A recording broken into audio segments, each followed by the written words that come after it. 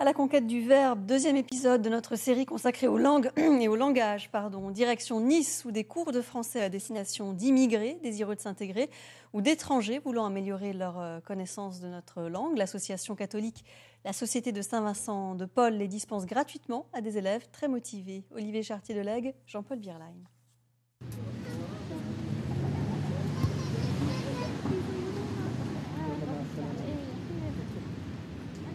Je m'appelle Yusra, je suis égyptienne, je suis étudiante, je viens pour apprendre le français. Je n'ai pas l'habitude de pratiquer le français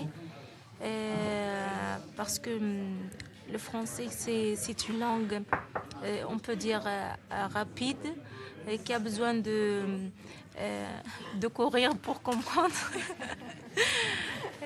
J'ai passé beaucoup de temps en Afrique, les pays francophones, pendant 10 ans.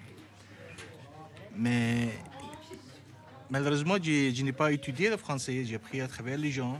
Certains veulent faire leur vie en France, d'autres repartiront vers leur pays d'origine. Ils sont congolais, irakiens, roumains, lituaniens, et ils ont en commun un même désir, apprendre la langue française. Deuxième strophe, on y va.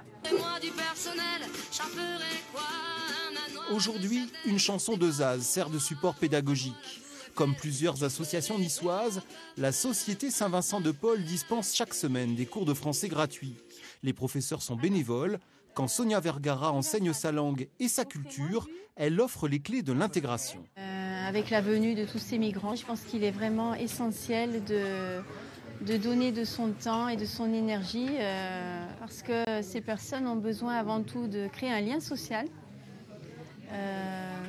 Donc c'est un engagement à la fois laïque, mais aussi pour les rendre citoyens, mais aussi un engagement de foi, personnellement. 2 fois par semaine, elle traverse la ville d'ouest en est à pied. Lorna ne manquerait le cours pour rien au monde. Pour cette jeune femme congolaise, apprendre le français est un enjeu de survie. Le retour au pays est impossible. Je viens d'un pays là où il y a la dictature. Donc avec la guerre qu'on a suivie là-bas, on ne veut pas qu'on puisse voir mon visage à la télé. Le français qu'on parle de chez nous et ici en France, c'est pas pareil. Donc c'est pour ça que je veux vraiment améliorer mon français pour chercher du travail et aussi au quotidien parler avec les gens, de ne pas avoir tout le temps honte de dire que est-ce que ce mot-là, ça sera ça ou pas ça. C'est pour cela que je suis ici. Le cours s'achève pour Yosra El Taher et ses camarades.